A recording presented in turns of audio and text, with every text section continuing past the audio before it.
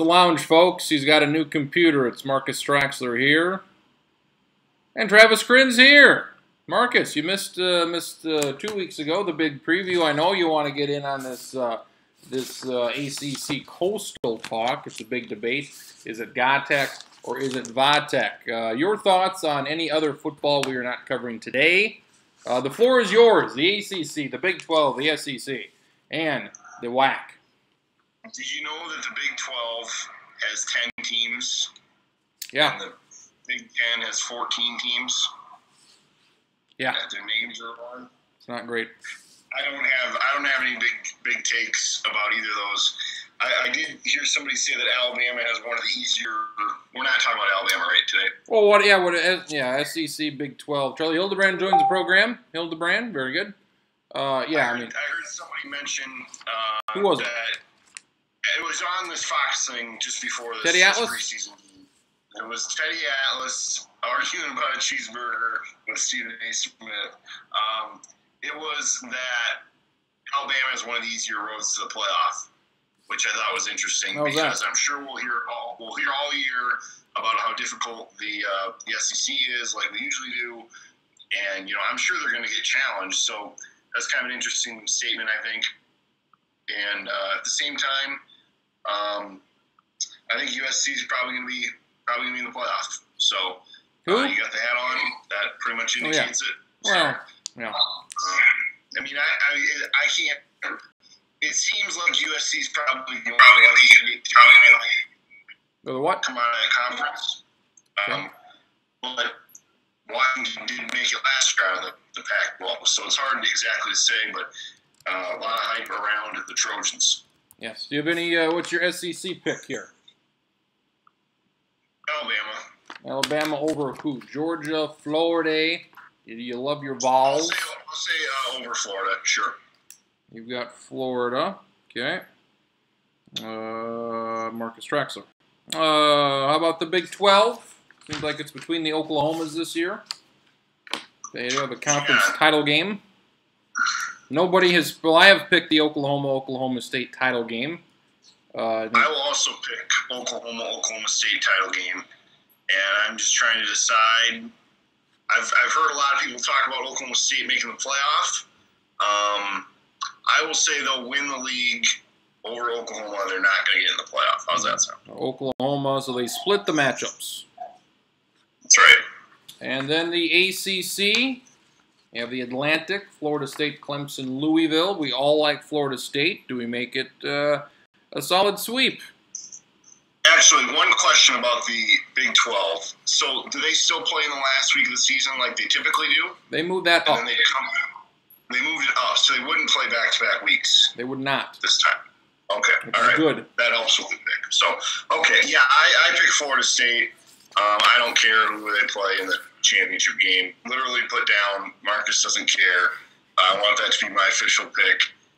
And, Florida State. I really have not done a lot of research on when some of these games are happening. I assume Clemson. During the fall. They're happening during the fall. I would say like in October, right in the middle of the schedule. It's later in the season, Clemson, Florida State. Oh, it is, okay. It's like, I don't know, what are they, Charlie? 7, 8 games in, I think? I think, it's in October, if I remember right. Yeah, it's somewhere between like week 7 and week 10. I would still expect that to be the championship game in this league. So I'll pick Florida State. There you have it. Charlie Hildebrand tipping one back. 12:09. Pac-12. Well, I mean, it's football season, so I might as well start boozing at noon, I guess. You should. Work and responsibilities be damned. I am watching this preseason I was going to say. The Titans and the Bears, and they do have new graphics, so that's I mean, I'm looking at this. I'm however far I'm away. MLB TBS, bad. Too small. I'm looking at this. Font, not big. Font, not huge. Font, not very big. It feels like they could make it a little bit bigger and be just fine. So it's kind of a box, very square thing. Bears Titans game. It's on Big Fox, I guess. I just turned it there right now. It is incredibly small. I'm turning this. It's like the box on the bottom is in like old school standard definition, and then that like the whole game's on like widescreen, and they forgot to fix the ratio or the aspect between it. And if we remember, Fox was like the first NFL broadcast that always had the score on the screen. They had it on the top. They've always had the score on the top, so I don't know why the hell they're going away from that right now. Yeah, I guess. It seemed like what they had. I mean, they've had new versions all these years, but it seemed like they've probably had one or two that would have served them well. And I don't necessarily understand the reason you got to change everything all the time, but whatever. We are in an era of tiny graphics. An era of tiny graphics. I would imagine that this will be replicated in their college football coverage as well. So. Sure. Before we get to the Pac-12 and the Big Ten, and wait for Mr. Stacken, who's 10 minutes out, there was a fight last night. An Irishman fought a black man. The Irishman did well for the first 3 rounds, and the black man did better than him. And called in the 10th round there. Marcus, fight was better than I thought it would be. McGregor did better than I thought he would. Overall, I would say it was a thumbs-up fight. Your thoughts? It was a thumbs-up fight for me because I paid $0 to watch it, and that's what really matters. I didn't want either of those two guys to get any of my money, and they didn't. So I appreciate it. That Krins found a stream that I was able to watch. And, I would agree. McGregor, he didn't look like a boxer out there, so that, was sort of true to form because he's not. And you can tell that it seemed like, at least, that there were a lot of occasions where he wanted to sort of scrap like he was in the octagon, and he had to realize that, hey, he can't, it's not a free-for-all. You have to box. You have to hit him in the front of the head, not the back of the head. So, and I mean, Mayweather did what he always does. He, lets McGregor do his thing for a couple rounds, wears him down, throws just enough punches to win. He's pretty accurate. And obviously he closed the deal at the end. I would say that if you watch it, that probably should be his last fight of his career. He says it will be. I don't know how anybody could possibly take him at his word at this point. I think he's 40. He didn't look great. I mean, he came back with his one fight because he knew he was going to make another $200+ million. And, I don't think there's anybody out there. He could lose, and he doesn't want to lose. And I don't think there's anybody out there he could fight that would get a big, this is the biggest opponent he could have. I mean, there's nobody out there left. I agree. Money. My point is that I don't think he would be done. If there was somehow that he could make another couple $100 million, he would do it. But it doesn't seem like that's out there. So yeah, in that instance, he's probably done. I think people probably got their money's worth. I guess if you paid for the fight, you got 10 rounds worth. You saw a little bit from both sides. Boxing was back for one night. Now it goes back in the hole again. Charlie, following it from afar, what did you see? I want to give a quick shout-out to Muhammad Iceland, because he was posting updates and posting videos on Twitter, and that's how I saw a lot of it. I don't know. It sounds like it was a lot better than I thought it was going to be. I thought it was going to be over in round 4 or 5. Yeah. Generally, what it sounds like happened is still what I thought would happen. It just took longer. That McGregor would sort of try to get big shots early because that's about the only way I think he could probably win. Got worn down, lost to a better boxer. Lost to an actual boxer because McGregor is not a boxer. And, I don't know. I'm surprised that so many people thought McGregor was going to win. It sounds like Mark. It sounds like you're slurping through a straw. Cool. What the? You hear that, Charlie? No, I don't hear anything. Yeah, what the hell is is that a Loch Ness monster? I have a fan on in here. That might be what's causing the noise, but could be. You might have to sweat this one out like the Loch Ness monsters in the bathroom or something. It's gonna be a sweat box. Holy hell! Sweat it out. Whatever that was. Or at least just turn it to a different angle. The computer. See, Charlie, it's all about the angles. McGregor was using the angles. You see. Right. And he was shot his load. He was shooting his load. this maybe isn't like the perfect example, but like a boxing match between a boxer and a mixed martial arts guy to me is sort of like, I mean, if you got like a general practitioner doctor, like they know a lot of stuff about a lot of things and they can help you with a lot of problems. But you're not going to go to your family practice doctor to do brain surgery on you or to like stuff like that, where that's basically what boxing is. It's a more specialized version of it. And of course, the guy who specializes in the specialized version is going to beat the guy who just has a wide variety of skills. Mm-hmm. And I mean, if people wanted McGregor to win because they thought it was an upset or things like that, like I understand that. But the people that were actually like, no, he's really going to win. Like apparently, like the odds for Mayweather went like way down because everybody paid so much for McGregor like in the last 2 days. Yeah. And I don't know. I've never really come close to betting on a boxing match. This was the closest I ever got though, because I was like, you know what? If I could put down like $200 and get back like $240 for something that's like 99.8% going to work out, I did not do it. But more than any other time, I was actually like, you know, if I did do that, how much money could I, you know, get away with betting for a while? And actually, like, I went further down that road than I ever had before. David Schottenkirk is blue. He is muted. Congrats to the mute man. Take that for what you will. Twins are playing the Blue Jays. It would be nice, and there's Mr. Schottenkirk's appearance. It'd be nice if they could beat the Blue Jays, who they seem to always have trouble with. It'd be nice to win with the series after they lost the series versus the White Sox. I would take a 4-4 week. They continue to lead this wild card. Buxton's looking good. Is Buxton? Are we finally here with Buxton? Is this it right here? Is he the man? Here? Well, I got it. I've been okay with Buxton for this whole time. You know, sure. He is who he is. Well, no, I think obviously he can't hit 220. Right. He's been doing very good for a month. I need to see it for the rest of the season, and I would like to have a good start for next year too. So it's looking good. Does it matter where he bats in the lineup? They're putting him at 3. You've got Sano. You've got Dozier at 1, it seems like. What would you do?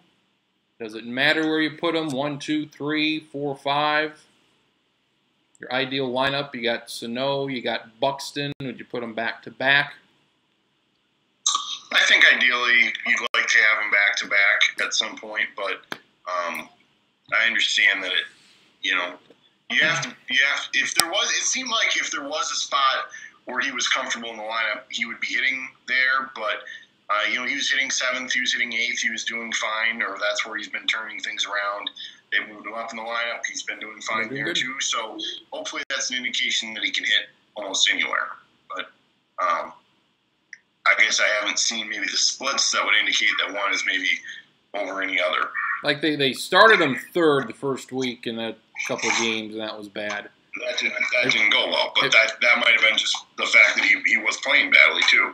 Have you seen these Blue Jay hats? Yeah, what do you think? Solid hats. Like a Carolina blue hat. Very good. You got these different uniforms this week for everybody. Something different.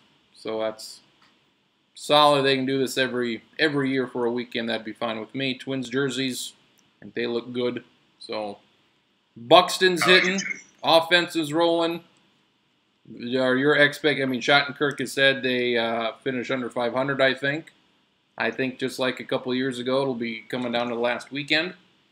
How would you handicap it now? 5 weeks out. You got Tampa Bay's basically falling out. The Royals are still there. Texas, Seattle, the Angels. You got a dozen teams going for this thing. Yeah, it feels like they're probably going to finish in that 80-82 win area. And it's kind of amazing, like you said, that they've struggled this weekend with the Blue Jays, and they're still in a playoff position as it stands. The Chicago series was underwhelming in the grand scheme of things that they lost 3 out of 5, but the fact that they're still in it, I mean, they're not going away like other teams have kind of gone away, a couple other teams.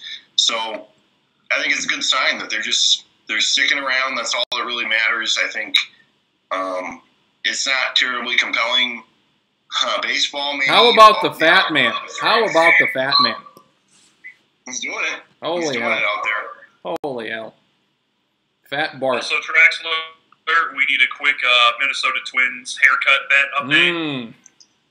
Yeah, so we're at, what, 67 wins or 65? What are they, two games over 500?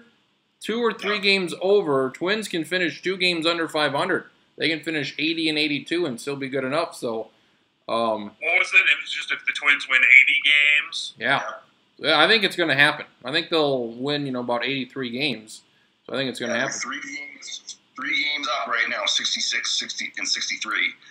So 14 wins over the next month and a week. I think they're going to get that. Has this been brought up of if this is actually going to happen? We haven't had a lot of confrontations about it at this point, but I'm not afraid to say it out loud. I don't really care if it ends up happening or not. I think it's just funny that he's had to deal with this all year. The mockery and ridicule that we've gotten out of it for 5 months has been great. So I'm good. I'm good regardless of what happens. And there is no downside if they get to 79 wins. It's not like there's some sort of, reverse part of the bet that I have to shave my hair or anybody else has to. So it's a no-lose situation here. Can we replace Stacken if he doesn't want to do it? Can we shave Stacken's head? Yeah, I think we can just insert him in there and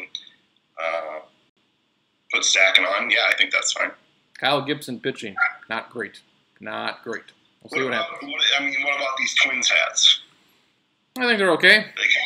You kind of have the. I saw somebody sort of say they look like kind of a road cone effect, and I would agree that that's probably true. But what?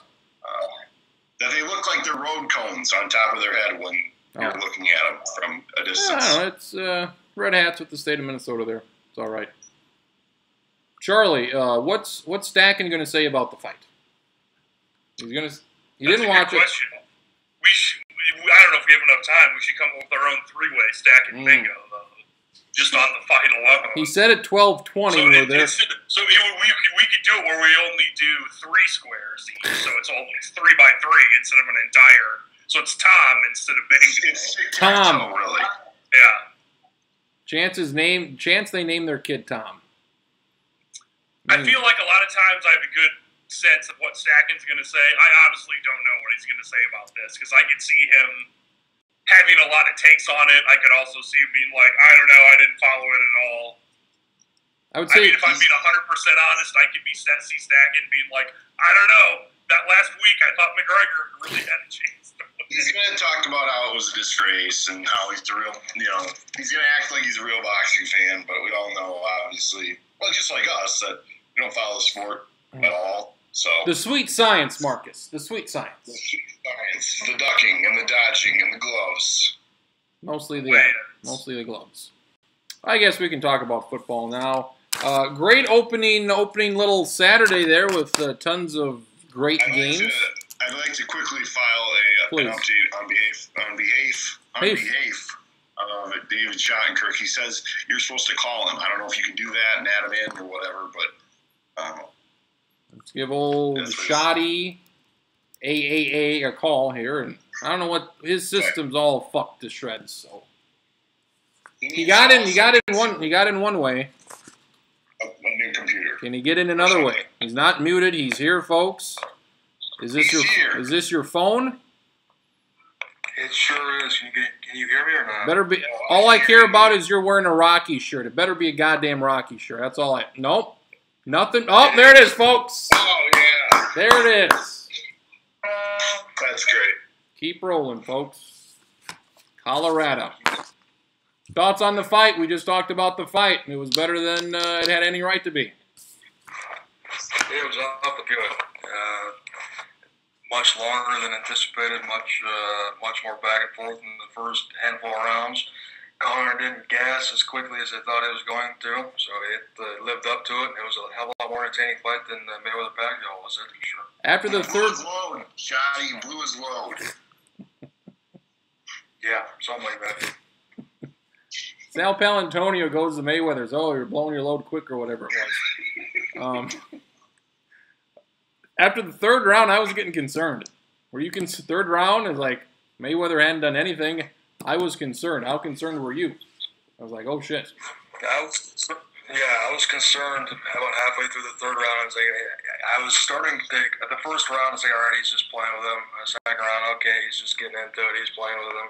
And then when he wasn't throwing punches in the third round, I kind of said, well, what the hell is going on here? But he picked it up, and he looked okay for being almost 41 years old. And I'm actually reading a story right now that he got denied he wanted to bet $400,000 on himself yesterday, but I guess he got denied. So that's kind of funny. When you make $200+ million, what's another $500,000 in bets? I mean, come on. Yeah. What are we doing here? If Pete Rose can do it, why can't Floyd Mayweather do it? That's what I say. Pac-12 we go. We got, the South. We got USC there. Schottenkirk, your expectations. A lot of people like USC to win a lot of games. No bye week concerns you. USC, Stanford, the big game. What do you think this year?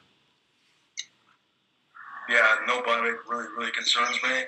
If they had a bye week and with the schedule they have, I would really contemplate saying that they could have a pretty good chance of going undefeated. They have an outside chance of going undefeated. I think they're going to lose once. It might be Stanford week 2. It might be at Washington State back-to-back on a Friday night. It might be at Notre Dame. I mean, they're gonna lose a game somewhere along the line. But if they lose more than once, I'll be kind of disappointed, assuming that they stay healthy, because they have a really, really, really good front seven offensively. One of the better quarterbacks in the country.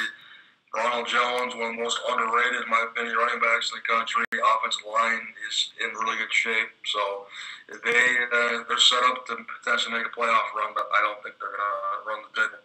How do you feel about playing Notre Dame on October 21st after they've had 2 weeks off because they've already fired Brian Kelly after losing at North Carolina?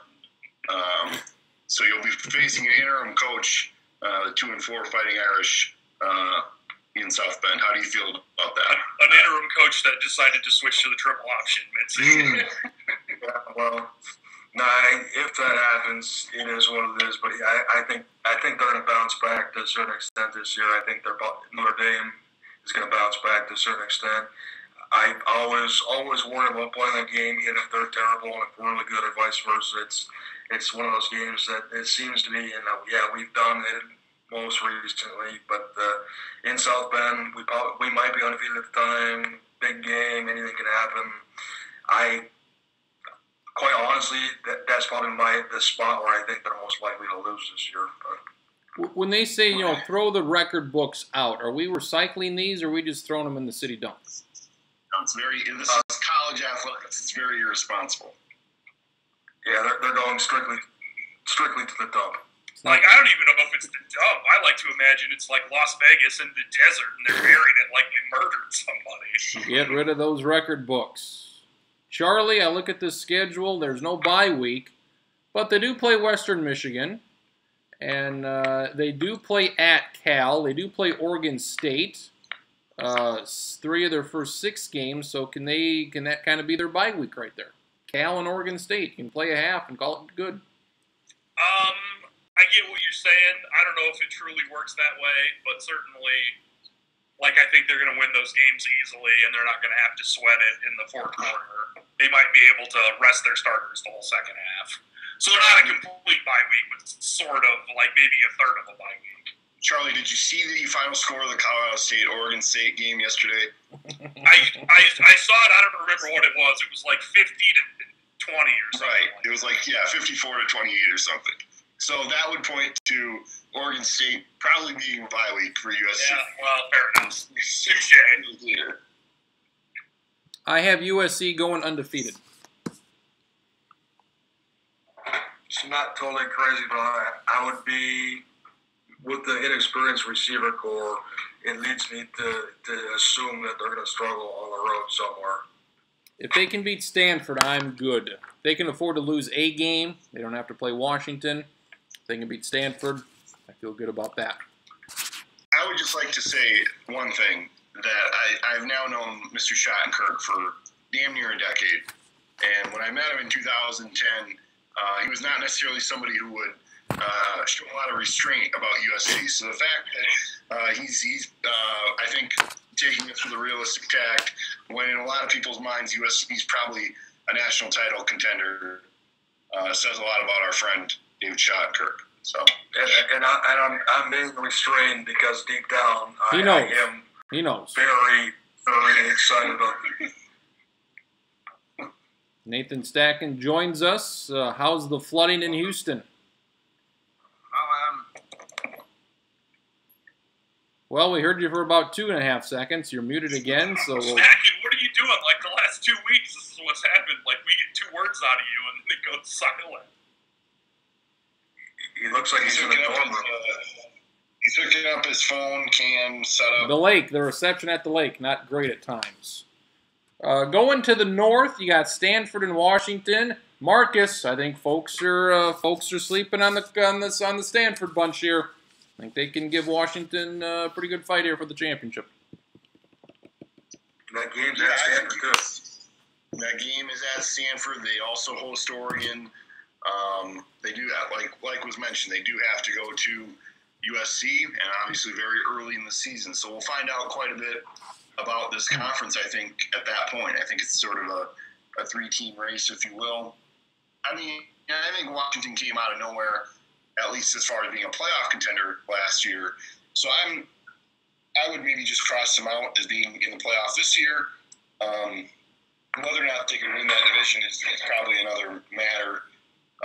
They've got quite a few pieces back, I do believe. So I think it's I think people are sleeping on Stanford mainly because they weren't completely solid last year, but I would certainly give them an edge. I mean, when you got David Shaw coaching, it seems like you got to keep him in the mix. Mr. Stacken. Yes. You like Washington a lot, from what I understand. I do. Yes. Schedule made the playoff last year. Schedule this year again, pretty dog shit, especially in the non-conference. Don't have to play USC. They do have at Stanford, which I have them as a loss. I have Stanford winning this division because they win the tiebreaker because they beat Washington. What say you? Washington really only have Stanford, and that's about it. Maybe, let's see. They also have at Rutgers, so that's a difficult one. I'm saying they have to go to Rutgers. I mean, hey, they can get points on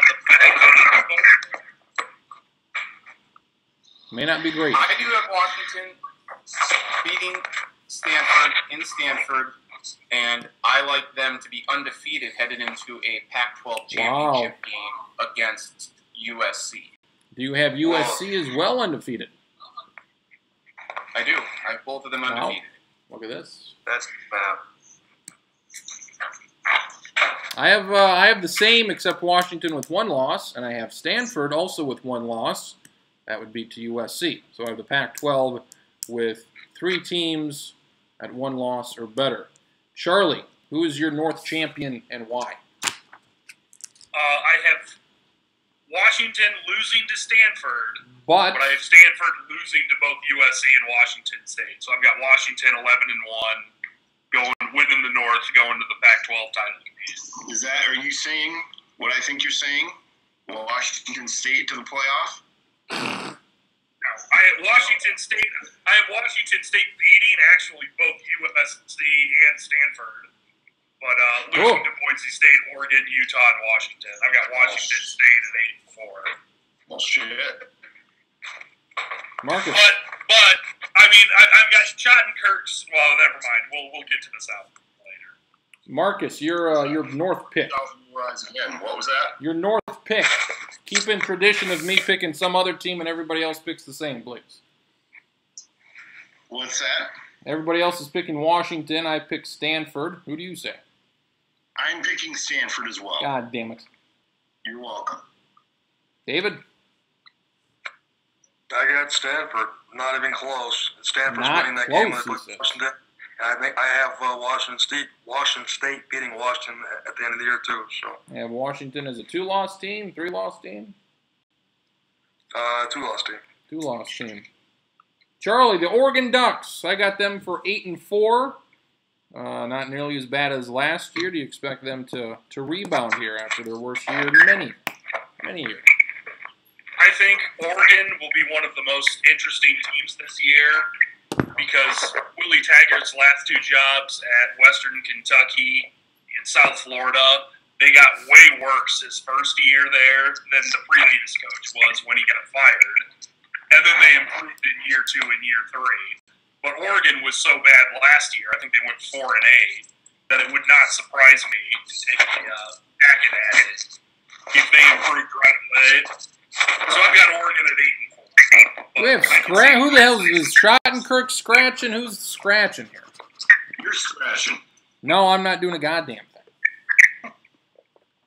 Somebody's itching up a storm. So what you've got Washington State beating what the fuck? Maybe beating the 2 best teams in the conference, USC and Washington. We got Boise State, Utah. What the fuck? What do we got here? Okay. How much do you like Washington State, Charlie? Enough that I've got them beating Stanford and USC, finishing with 8 wins. What the fuck is that noise? It's got to be Schottenkirk, I think. Schottenkirk. I'm not doing anything. I'm literally just holding my phone. He's falling apart, folks. Terrific. Anybody have Oregon State winning a conference game? I do. Who the fuck are they beating? Cal? Let's see. I gotta pull this up here. It's got to be Cal. That's it. I have them beating Cal, and that's their 1 conference win. I have Cal beating Oregon State. Arizona State. Whoa, buddy. Look out there. Oh, buddy. Going to the South, my Utah squad. I got them at number 2. Utah at 9-3. Marcus Traxler, if USC falters here, is there any team that can take advantage, or can USC lose 2, maybe even 3 conference games and still win the South? I don't know about 3 conference games. Colorado, what about your Colorado bunch? Colorado's going to probably take a step back, unfortunately. 2-10. 2-10. I think they'll probably be 8-4, 7-5. So I think UCLA is probably that second team. They had a lot of things go wrong last year. They get back Josh Rosen, so let's see if they can get some stuff going as far as that. Last year I had UCLA in the playoffs. That obviously didn't happen. I do have them going 9-3 this year. Bounce back year. Their quarterback doesn't get hurt, but do not have them going to the playoffs or going to the conference title game. Charlie has them at 9-3. I have them at 8-4. David, is Jim Mora working for his job here? Will he coach the November 18th game against USC? Oh, that might be his last game, but yeah, he'll make it through the year. But if he doesn't win, if they don't win 8 times this year, he will not be the coach next year. Stack, and you had SC for 1 loss? Oh, they're undefeated. Oh, they're undefeated. Very good. As do I. I have them undefeated as well. So you're going with, as we get closer to seeing who we have in the playoff, you have 2 undefeated teams. We all have USC winning the South.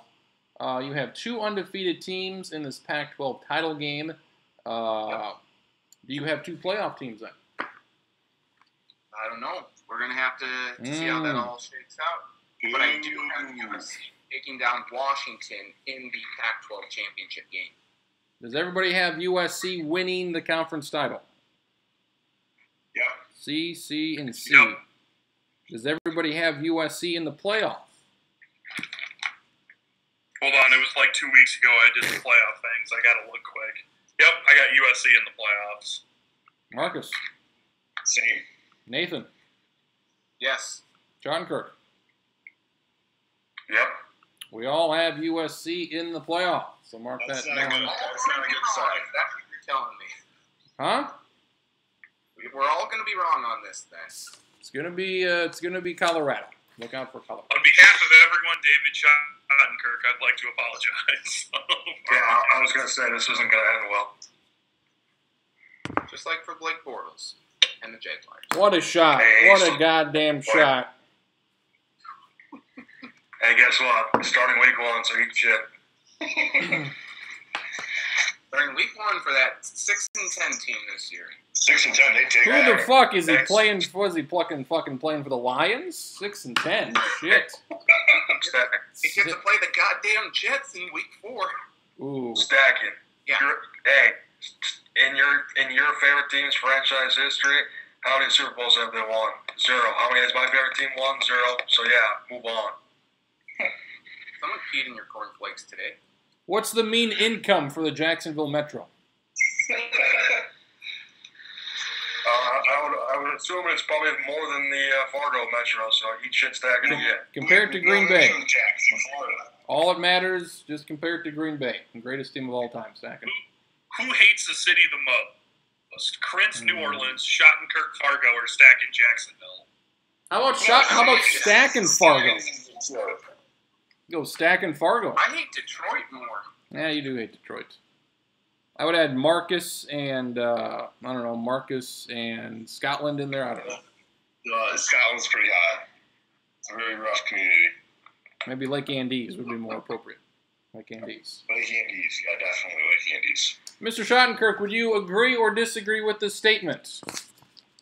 The 4 best teams in the Big Ten are better than anybody else's 4 best teams. I think I asked this again last year.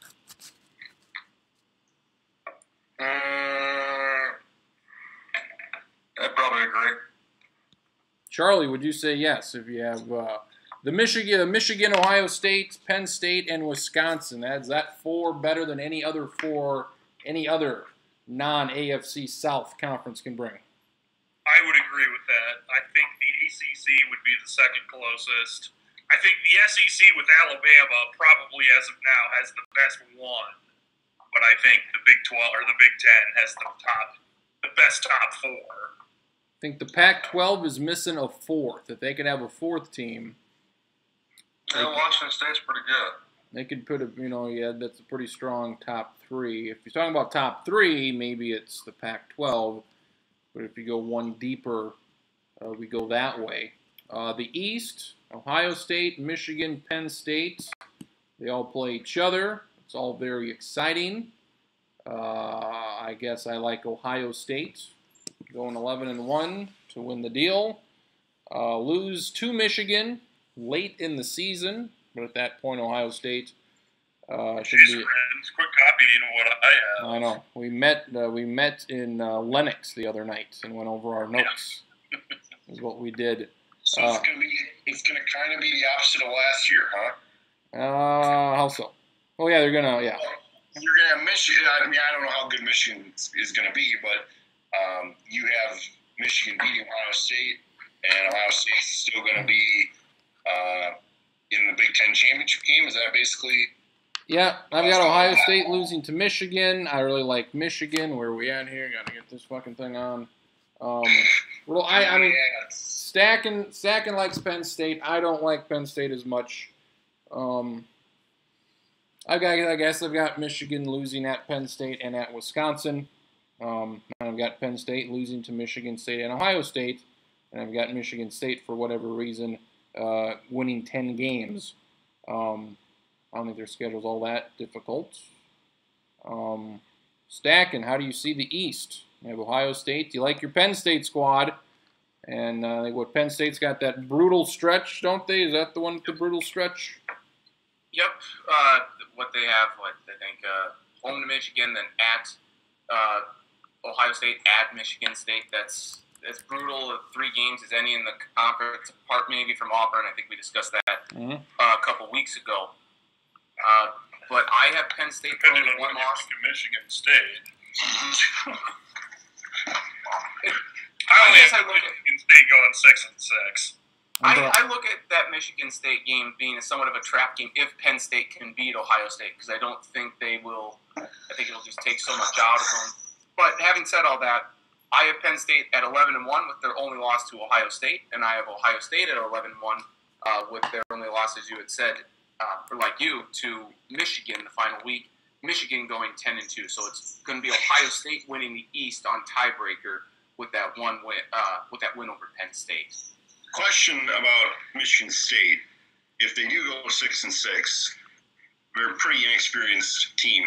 Does Mark D'Antonio have a job at the end of the year? I think so. Yeah, I feel like you have to keep him unless it's like more off the field issues for things like that. But I mean, like he's been better than any Michigan State coach over like the last 40 years. Yeah. Now if they go like 3-9 for the second year, then I think maybe it gets a little more interesting. I put it out as a hypothetical. I would say if they're 3-9, yeah, that's not good. If they're 5-7 or anything better than that, he should be fine.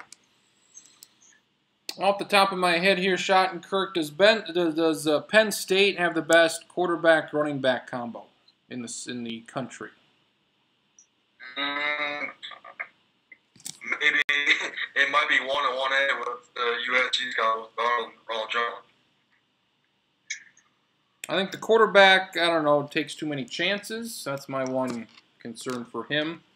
And I think Barkley could be a Heisman guy if they do go like 10-2. You look at Penn State's schedule, and I think it's somewhat difficult. They have 5 road games. But, again, Ohio State's not great on the road. At Northwestern, you never know. At Iowa, what's going to become of Iowa. And you got at Michigan State at the end of that stretch. Their final 3 games are fairly easy. They do host Nebraska. But Pitt, interested to see what happens with Penn State and Pitt in week 2. They've got maybe 4 potential games they could lose. I've got them losing 2 of the 4 games. But if they can make it, past that stretch, maybe with only 1 loss, they should be in pretty good shape. Stacking Ohio State, J.T. Barrett back for a 9th year. Very exciting. He's made it through all the quarterbacks and Cardale Jones dead and all the other folks. He was a red shirt when they won the national title in 2002 over Miami. He's a 13-time red shirt. So you have him losing. He was roommates with Maurice Clarett too, if I recall correctly. Him and LeBron's mom got together. You have him losing to Penn State. You haven't beaten my Michigan squad. What's the beef with the Michigan squad? I don't know. I just not really enthralled by that quarterback battle that they have there. I know Harbaugh's a really good recruiter, but they have lost quite a bit of talent. I don't think they have a player who can do it all like they had last year in Jabril Peppers. So I do think Michigan will be good, but they do have a couple of tough road games against Penn State and Wisconsin. And we already said, I love Saquon Barkley and Trace McSorley's good. I just think Penn State's going to be way too much for Michigan, and I like them to take down Michigan and give Michigan 2 losses this year. Anybody here? Penn State, Wisconsin. Anybody here like Penn State more than Stacken does? I like them as equally, and maybe a little bit more. I've got Penn State doing well, but not quite as well as Stacken. I have them at 10-2. And stop me where this sounds familiar. I've got Michigan doing pretty well, winning 10 games, but still finishing 3rd in their own division for the 3rd straight year. I've got them for 10-2. Stacken, what you've got? Michigan for what? 10-2. 10-2. Charlie? 10-2. Losses to Penn State and Wisconsin. Marcus, the same? Yeah, probably 10-2. I don't know which 2 they lose, but yeah, probably. Schottenkirk, you think Ohio State beats Michigan again? Yeah, absolutely. I think Ohio State not only beats them, I think they beat them pretty good. I have Michigan going 8-4, by the way. 8-4, Penn State, Wisconsin, Michigan, and Florida. Yes, it's Florida. I think Florida has a chance in the game. I really do. Even with all the guys suspended, I still think that's a tricky game for an inexperienced Michigan team. I know Harbaugh's a great coach. I know whatever, but speed, Florida's a little bit better. Florida's better than people think they're going to be this year, in my opinion. And that's a toss-up. And if they win that game, well, I still have them going 9-3 because they're not. They're losing at Wisconsin. They're more likely losing at Penn State, and Ohio State is not losing. If Ohio State's 11-0 going to Michigan the last day of the season, they're not losing that game. Do we all like Ohio State coming out of the East? Yes. Yeah, their problem the last 2 years has been an inconsistent offense, and they got rid of their mediocre offensive coordinator and brought in Kevin Wilson as one of the 5 or 10 best offensive coordinators in the last decade. But I think Ohio State will be all right with the East. They've got Greg Schiano, MRSA himself, defensive coordinator. Very exciting. So what's going to happen, Stacking? Somebody's going to get a staph infection week 8. Not going to be great. Urban Meyer's going to get a staph infection. Eating too many Papa John's pizzas. Hydrate. What do you got there? Is that actual water, or is that got a little flavor in it? Yep. We got a little Fuji apple water. Eastern Asia. Right, from Fuji, from Fiji. Somebody's out in a blizzard. Rutgers. How many games for Rutgers? I've got them. It's Harvey. I've got. How much would you pay to get down there right now, Stacking? Would you actually want to be there during the wind and the shit, or do you want to be in the aftermath where it's just 10 feet of rain? Well, no, I want to be there as the hurricane hits. And then once it's done and the flooding, you get the hell out of there. Yeah, if I could. If I have to stay down there for a few more days, so be it. But I get to at least leave and get back to my normal life up here. No, you're gonna be down there for months. It is on my bucket list to go experience a hurricane because I just want to experience what Mother Nature can really bring, and this was way worse than anyone could have thought.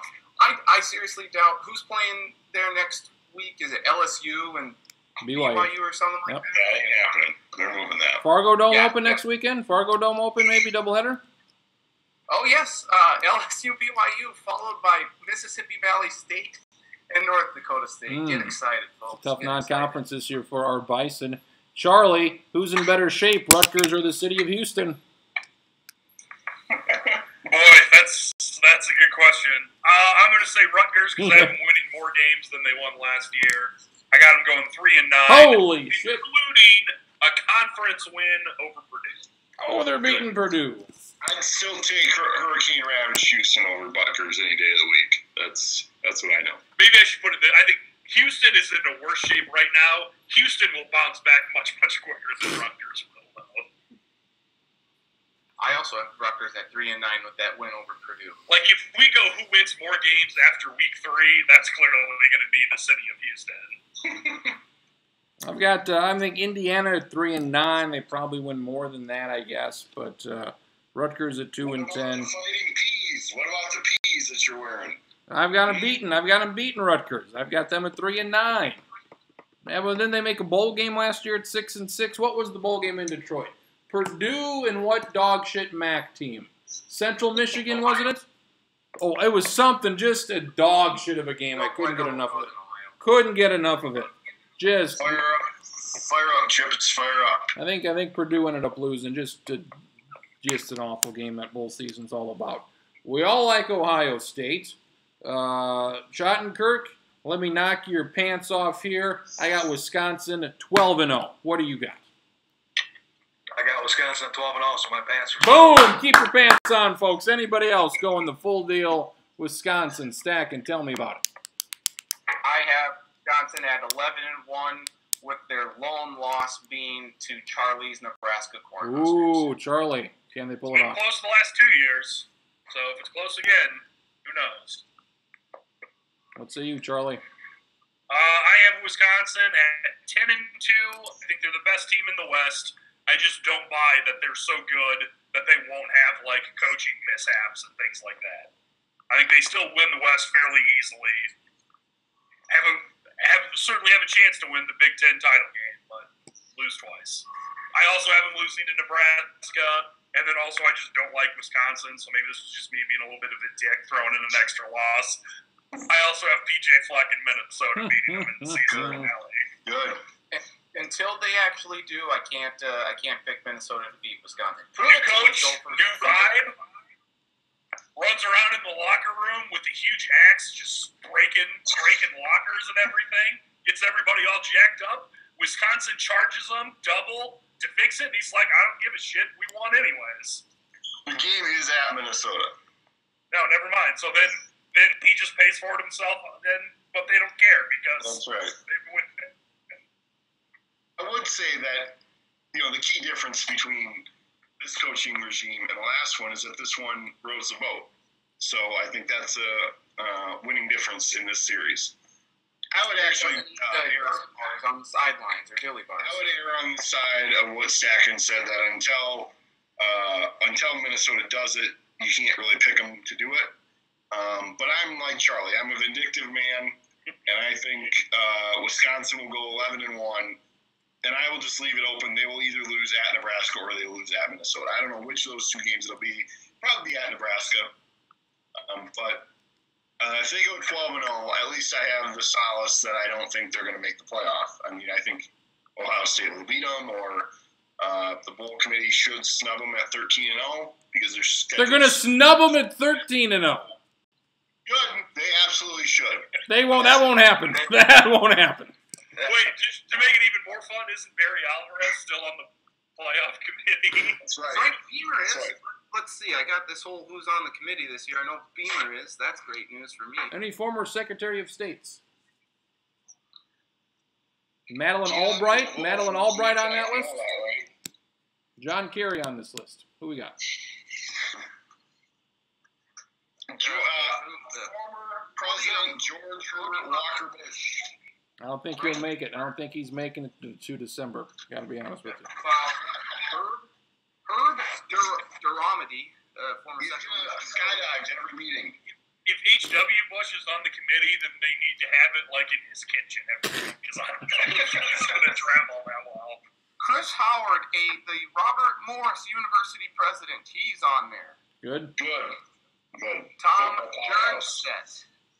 Are you doing an in-depth feature on these men? Bobby Johnson, former Vanderbilt head coach. Bobby Jones, golfing great. Jeff Long, Arkansas athletic director. Sam Snead. Rob Mullins, Oregon athletic director. Rashard Lewis, sharpshooter Rashard Lewis. Clemson athletic director. Gene Smith, Ohio State athletic Bobby director. Bonilla, noted baseball player. Bobby Bonilla, that's exactly right. Steve Weiberg, former USA Today college football reporter. Stop reading these off. No one cares. I'm just saying, who we got here this year? Don't give me just saying. Just shut the hell up. So we got Frank Beamer. That's who we got. Frank Beamer. Going the Vatek way. We knew he was on the committee. I don't know why you had to read off those other 8 people that nobody cares about. I just didn't know who the hell else was on the committee, man. We've established who's on the committee.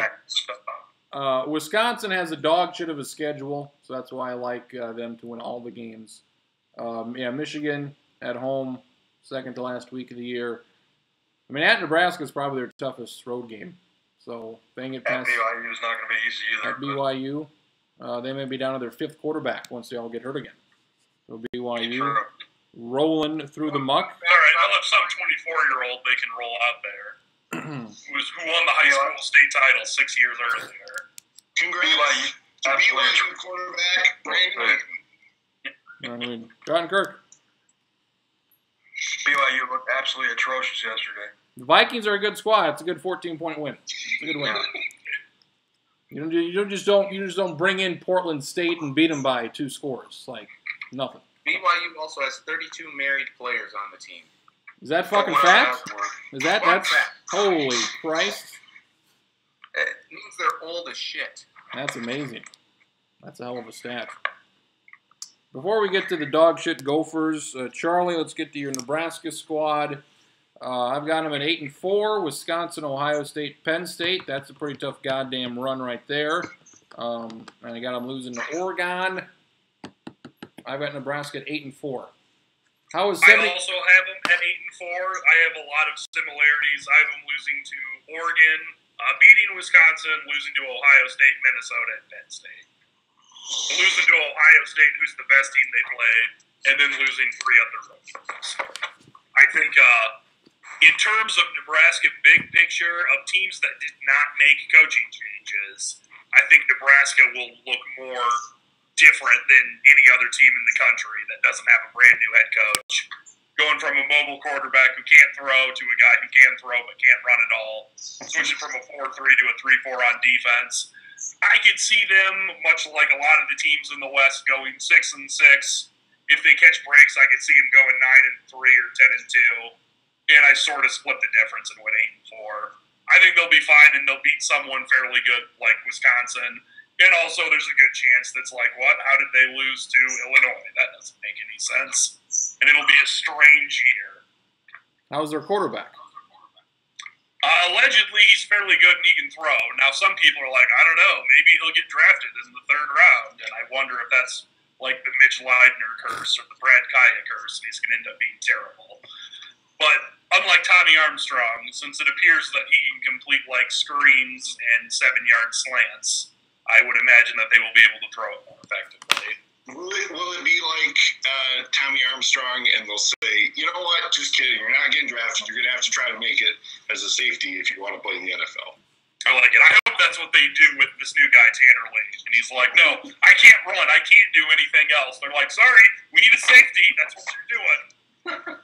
Who's the best passing quarterback you've ever seen or the best passing quarterback in the history of the school? Either Joe Gans or Brooke Berringer, probably one of those two.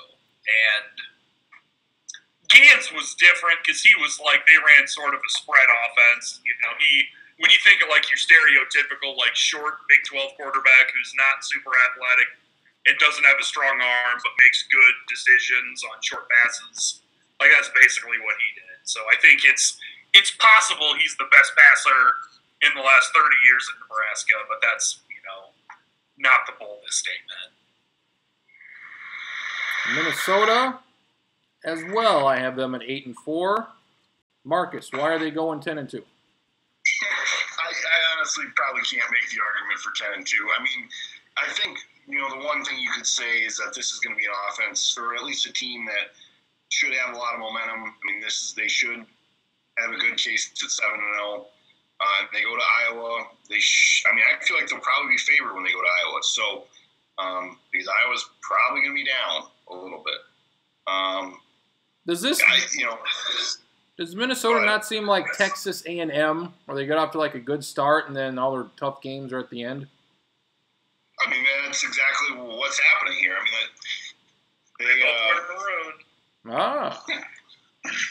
I mean, I can't see them going to Michigan and winning.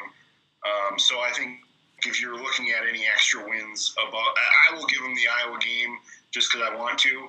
And so, it's either beating Nebraska at home or winning at Northwestern. I think Northwestern's going to be pretty good this year. So that's going to be a tough challenge. I will just say that, I feel like the best case is probably 9-3. 10-2 would be an amazing season, but I think that's a lot too much to ask for this club. So 8-4, 9-3 at the best would be great. And, I will give PJ Fleck a lot of credit. He's created a lot of energy around this program. It hopefully isn't just all smoke and mirrors. But until they get on the field on Thursday and they play Buffalo, God hopes that they beat Buffalo. They're only 26-point favorites or whatever. So they should be able to handle that. And, they go to Oregon State after yesterday. I'm not worried about that game now. And those first 7 games, they should be fine. Lots of energy. You hope it's not smoke and mirrors. Is this coal energy? Is this the renewable source? What type of energy are we talking about? PJ Fleck is not bringing back coal, okay? Let the miners know they're not getting their jobs back. What's this got to do? This has nothing to do with UTEP. That's right. If you see how excited and how much energy he has, though, clearly it's nuclear energy, runs. Oh, that's dangerous. We're walking a fine line here. This could definitely blow up.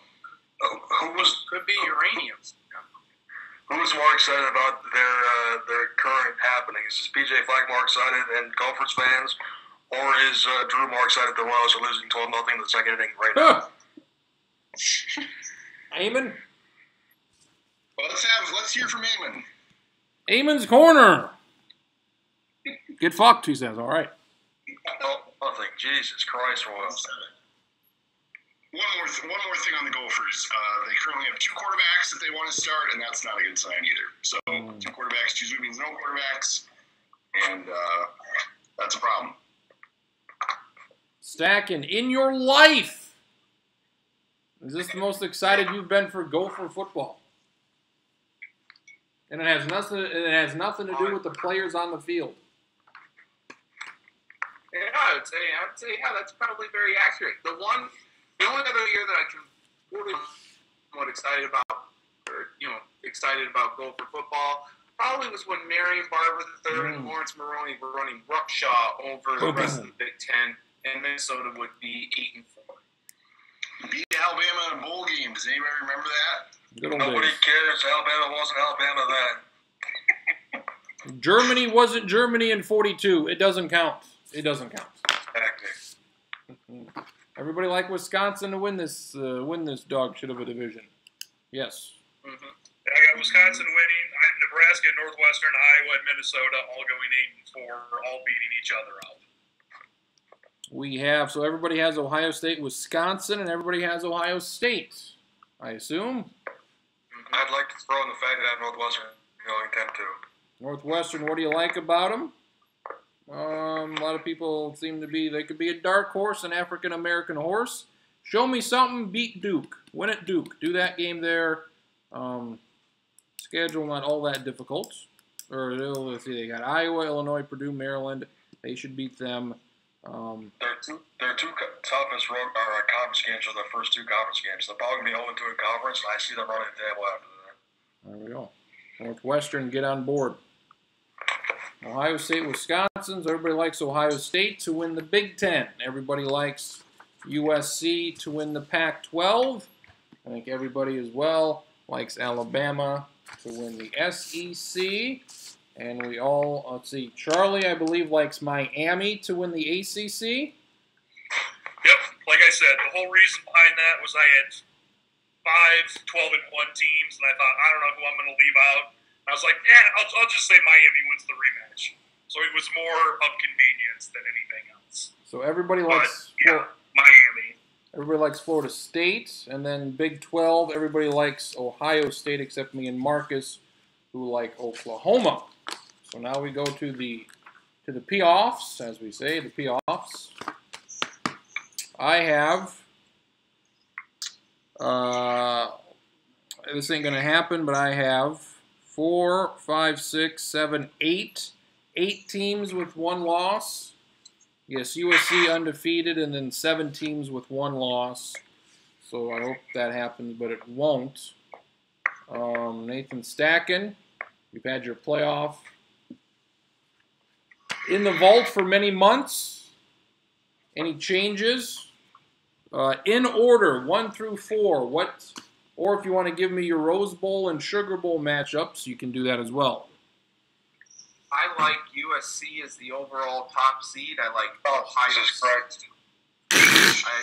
Well, if they're undefeated, I have them undefeated, so naturally they're going to be number 1. I will then put Alabama at number 2, Ohio State at 3, and I've been on Washington for a long time here now, but I'm having second thoughts on them. Penn State and Oklahoma State would be right behind them. You have Oklahoma State winning the Big 12. Yes, and so they will be 12-1 at the end of the year. Penn State will just be 11-1 because they won't be in the title game. You would leave Florida State out. If Washington loses a close game to USC, like I'll say even 10 points or less, Washington will get that last playoff spot. And it'll just be a rematch. Rematch. Very intriguing. You're going to Washington. But if they lose by 10 or more, then I would put in Penn State. God damn it. I know. We have to pick one, Stackett, which is going to happen. Yeah, you gotta pick. I will stick with what I've been saying. Washington. So this will not happen. I apologize to Chris Peterson and the Husky faithful up there in Seattle. But I will put Washington as my 4th playoff team. You better apologize to me, too, because you just ruined USC's season. You ruined it, Stackin. The powerful Stackin pick. Stackin, who'd you pick last year to win the whole thing? Oh, fuck. Who did I have last year? I had, like, LSU, Notre Dame. I don't even fucking remember. Did you have Clemson maybe? Was Clemson maybe considered? No, I had Clemson. I had Clemson winning it all. So, yes. Very good. So, I'm 1 for 1. Have we sparked my memory, Hildebrand? Third year, this is year 4 of the playoff? Correct. Has there ever been a non-Ohio State, did they not win the conference when they get in? Has every playoff team won their conference? Last year, Ohio State didn't win their conference. But other than that, every other team in has been the conference champion. 11 of 12 have won stack, and so you have the Big 12 and the ACC out, and for the first time you have one conference getting 2 teams in. Yes. Washington and that. And I don't feel good about it because I really like Penn State a lot. You like too many. There's too many teams you like. Yeah, there are way too many teams that I like. I want to see this go to 8. Let's go to 8 playoff teams. Stacking the way you like everyone, you're going to need a 32-team playoff. Yeah, I feel like last year, this year, couldn't be better for a 4-team playoff. I think, maybe my opinion will change at the end of the year when we've got, 7 teams or whatever, but I don't expect that. I think it's basically the best type of compromise we could have, and I like the competitiveness that it requires to get in. You got to be fucking good to get into the playoff. I like the competitiveness of those semifinals where Alabama beat the shit out of Washington and Clemson pantsed Ohio State. I would argue that Washington-Alabama was a closer game than a lot of people remember for about 3 quarters. And then Alabama scored with 10 minutes left in the 4th quarter to go up by 17 or something like that. But before then, it was a lot better than Ohio State-Clemson. Was it a case of Washington had to play perfect and Alabama had to play so-so? For them to Probably, just... Then if Alabama, all right. And Washington scored on their opening drive and then never scored again after that the rest of the way. But it's not ideal. Twins 3-1. Look at these some bitches go. Marcus, your playoff. Rose Bowl. So stacking would be Rose Bowl, USC, Washington, Sugar Bowl, Alabama, Ohio State. Correct. I think I've got it. You have USC undefeated with 1 loss. Any undefeated teams? Alabama. Yeah. I think Alabama will be 1. I think USC will be 2. Ohio State 3. Florida State 4. But that would create a rematch. I'm not sure they want a rematch. So what you got? USC. Playoff, but I don't necessarily see. No. Well, I guess if Ohio State also had 1 loss, you could flip those, but you want to flip them? Yeah. So we'll have Florida State before. Would they let? I suppose USC because it's a Sugar Bowl and the Rose Bowl. Yeah, I mean USC would be Rose Bowl, Bama would be Sugar Bowl. You would think. Right. So we got Alabama against Ohio State in the Sugar Bowl, and we got Florida State and USC in the Rose Bowl. Okay, that's what we have there. Charlie. I know last year I had Michigan and UCLA and Florida State and LSU in the playoffs, and none of them made it. I went slightly a little more conservative with it this year, so I feel like I should at least get one or two. I do not have any undefeated teams. I only have 4 one-loss teams, and those are the 4 I have in. I have Alabama, number 1, playing in the Sugar Bowl against number 4, Oklahoma State. Ooh. And then in the Rose Bowl, I've got Ohio State, number 2, against number 3, USC. And I also picked the other 4 bowl games. I don't know if you care about those or no. Yes, the other we 4 will. Big ones. We will get to those. Okay. David, your pick. Now that I think about it, that I have Ohio State undefeated. Ohio State's going to be my number 1. Alabama will be my 2. Florida State will be my 3. So a rematch there. And USC will be my 4. A lot of USCs, a lot of Ohio States, a lot of Alabamas. What do I have here? I have... Shotty and I have the same games, different order. Nobody has the exact same, so that is good. We have different combinations.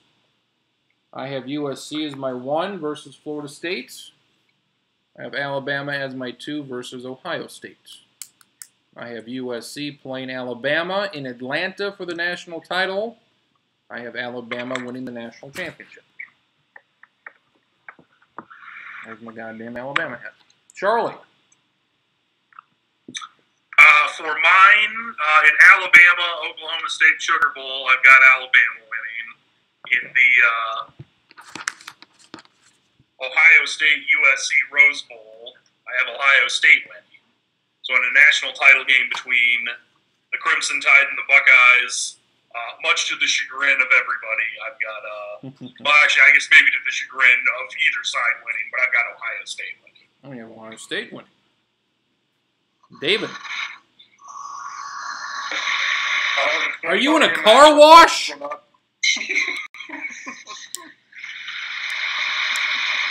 Or is that... What is that? Sounds like it got a vacuum. Yeah, that might be Marcus is making the vacuum slurpy noises. I wish I was. He wished he was. David. I have the exact same picks as Charlie. I have Ohio State going 15-0, winning the whole thing. Over Alabama. Over Alabama. Who wins the 3rd place game between USC and Florida State? I wish there was such a thing. We should get the petition going for that. Charlie, is there enough barbecue money to get a $20 million payout for both teams? I mean, I'll see what we could do. I mean, if it was mine, I mean, I would watch USC and Oklahoma State play in a 3rd place match. Can the game be in Chicago in the middle of January? Further north. Well, I know the Bears won't be hosting a playoff game, so. How do you know, Stacken? How do you know? No, it's gonna be in Vermillion, South Dakota, on that old shitty turf they have. Dakota Valley Pep Band playing the halftime show. Nathan Stacken, you have USC Washington, Bama Ohio State. What's your championship game looking like? We will go USC against Ohio State for the national championship. Wonderful. And just to make Schottenkirk State worse, USC winning it all over Ohio State. Oh, no.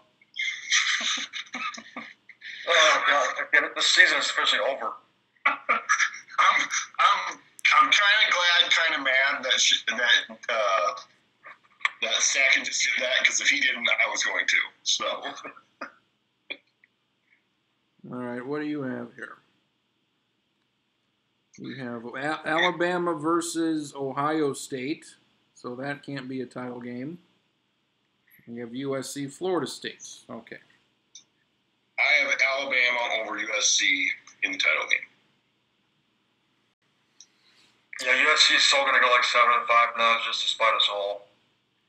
We have, let's see, 2 Ohio States, 2 Alabamas, and we have a USC.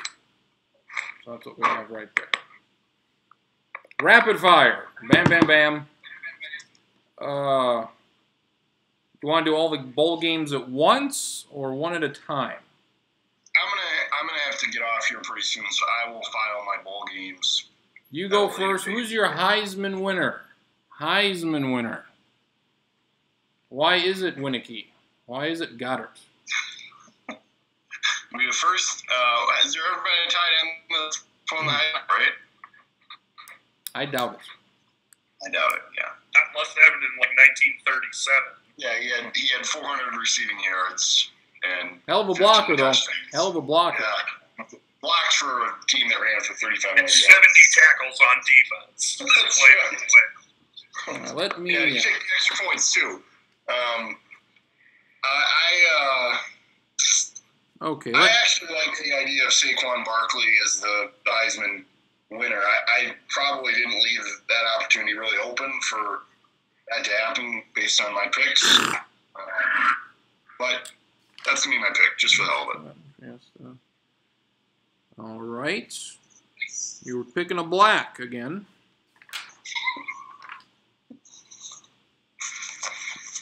Do you have a problem with that, sir? Should be a blacks only award, in my opinion. Well, the last 2 years, it's been an African-American gentleman who's won it. Is Sam Bradford Native American? He's at least part Native American. I don't know how much. Was his family on the Trail of Tears? Stacking.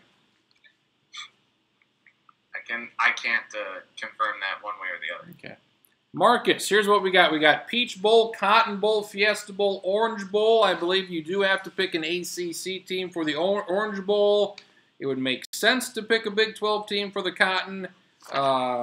Peach Bowl, it would... If I remember right, the Orange Bowl has to be an ACC team versus either SEC, Big Ten, or Notre Dame. And those if you don't have Notre Dame doing well, you don't have to worry about that. And those are really the only other... Everything else is an at-large. And you need one group of 5 team. Well, I've got Notre Dame in the military bowl, so I don't have to worry about that. Good. So that's what we're doing here. All right, what do we got? We got Marcus, Draxler, DDS. Peach Bowl. What's that Peach Bowl looking like? Well, they're probably going to play at the new stadium this year, right? I would assume so, unless there's a hurricane. They're going to play that Turner Field. And okay, so by that definition, I basically have Clemson, Wisconsin in the Orange Bowl. Okay, hold on. Hold that. Okay. I've got Oklahoma. Would you say they had to be in the Cotton Bowl? Well, it would make. I mean, I guess it doesn't have to be, but it would. The Cotton Bowl would probably enjoy to have a Big 12 yes, team. Yes, they would. They're generally going to be more local. So we'll have Oklahoma versus the Gophers.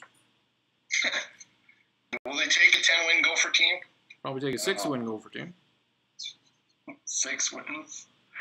Cotton Bowl's not what it used to be, folks. It's not. It's not what it used to be.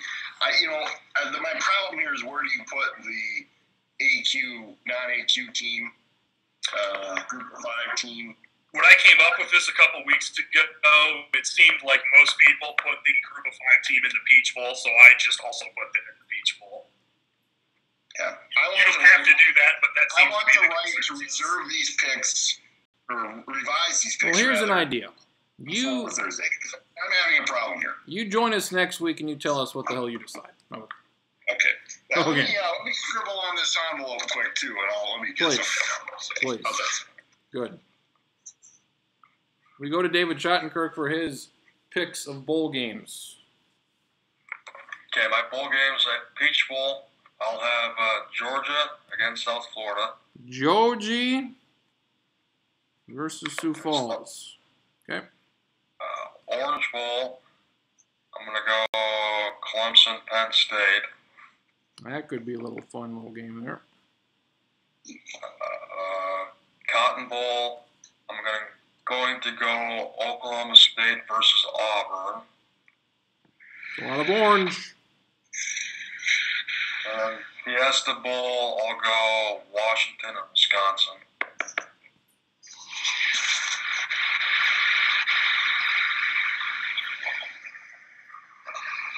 Charlie. I had something, and I switched it just because I thought it'd make a better game. I don't remember which that was. We'll start with the worst one first. Peach Bowl, I've got Kansas State and South Florida. I would imagine that would be the one that would be the least appealing. Yes. And then as the only person who did not have Florida State winning the ACC in Miami and not going to the playoffs, so I've got Miami in the Orange Bowl against Penn State. In the Fiesta Bowl, I have Florida State against Washington, which I think would be a lot of fun to see.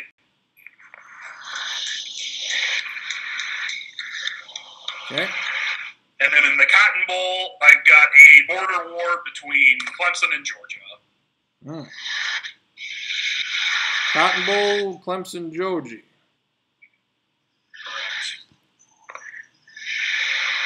NB stacking. So I'm having a little bit of a difficult time here. Does the SEC champion loser automatically just get to go to the Peach Bowl? Not necessarily. No, I mean if you want, I mean you know.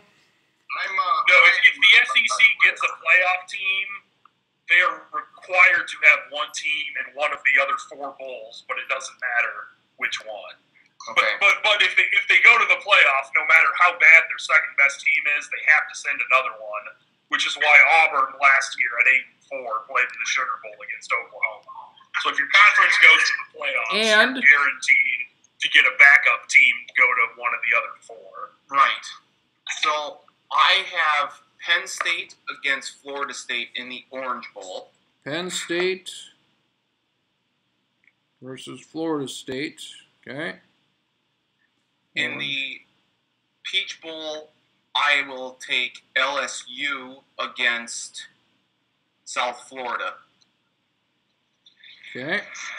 The Cotton Bowl will be Oklahoma State against Michigan. No, like that. Ooh, Mike Gundy against Jim Harbaugh. That'd be fun. And then in the Fiesta Bowl, I will take Wisconsin against Miami, Florida, but I don't like that one really. Like Miami. Just because I have Miami at 10-2. Second best ACC team. Yeah. Dude, Clemson and Miami, they play this year, I assume? I don't know if they don't think they do. Hold on, let me check. I would guess They do not play in the regular season. They could potentially play in the conference title. They could. Okay. What do you got? All right. So I'm taking... I have to tweak the one bowl game that I already said. That'd be the Orange Bowl. That'll be Wisconsin against Miami. How dare you? How dare you? Cotton Bowl, I got Penn State against Oklahoma. Fiesta Bowl, Stanford and Oklahoma State. Peach Bowl, Florida, USF. Ooh, in-state rivalry. Oh, Florida. Gotta go to Atlanta to play it. I only have one SEC team playing those games, though, so that's a little disconcerting. Yeah. Can I make a change to my Fiesta Bowl real quick? Fiesta Bowl, he's changing it. I meant to say Stanford, not Washington versus Wisconsin. Washington, get fucked. It's Stanford. What do I have? Here's what I have. Peach Bowl. Oklahoma State and South Florida. So we've all got South Florida as the group of 5. We do. Which is not surprising. Just barely beating out Old Dominion. I'd like to pick somebody else, but I got no idea who to take. The Cotton Bowl. Oklahoma and Washington. That'd be fun. Big-time quarterback matchup. The Orange Bowl. Louisville, Wisconsin. Contrasting styles. You ready for my Fiesta Bowl? Oh, I'm ready. My body is ready. Stanford, Michigan. Stanford, Michigan would be fun. I would like that. I don't know if I should say, I don't know if the game itself would necessarily be entertaining, but the off-field stuff would be quite interesting. There we have it, folks. We've picked all the things to be picked. Any other pick Heisman Trophy winners, or was that just Traxler? Barkley? Yeah, who's your Heisman Trophy winner? Charlie. I gotta run. Take care, guys. All right. Bye, Marcus. Charlie. Mine, it seems like the most common way to win the Heisman of the last 10, 15 years is to be a quarterback who puts up really good stats for a team that wins a lot of games. I've got Oklahoma State going to the playoff. I've got Mason Rudolph, quarterback of Oklahoma State, winning the Heisman. So does Lee Corso. Future Jacksonville quarterback, Mason Rudolph. That'll be good. Nathan, you've got USC winning the whole thing. You've got Washington, Bama, Ohio State. You like your Penn State guys. Yep, I really think it's going to come down to Barkley, Saquon Barkley, and Sam Darnold, and I guess I will reluctantly pick Darnold to win the Heisman. I'm officially dead. Schottenkirk, dead. Can't be talking about if you're dead. It's one of those his last wishes. Actually, we're to the point that it's been so positive USC that they're not going to go 7-5. They're going to go 11-1, and 2 years later have to vacate everything. Schottenkirk, who's your Heisman? Nobody's picked J.T. Barrett. Lamar Jackson should have another great year. I'm looking at a couple of dark horses. Geis, you got Geis from LSU. I've got a couple of dark horses in mind, but I think my official pick, just to get this out of the way, I'll take J.T. Barrett. But I really, really, really like Jared Stidham at Auburn as a potential dark horse. Yeah, I can see him having a big year. And the other one, non-offensive player, I know it's not going to happen, but Derwin James, Florida State safety, absolute beast. I think he's going to get some votes. I like Sam Darnold as well to win the Heisman since I have USC undefeated. So there you go.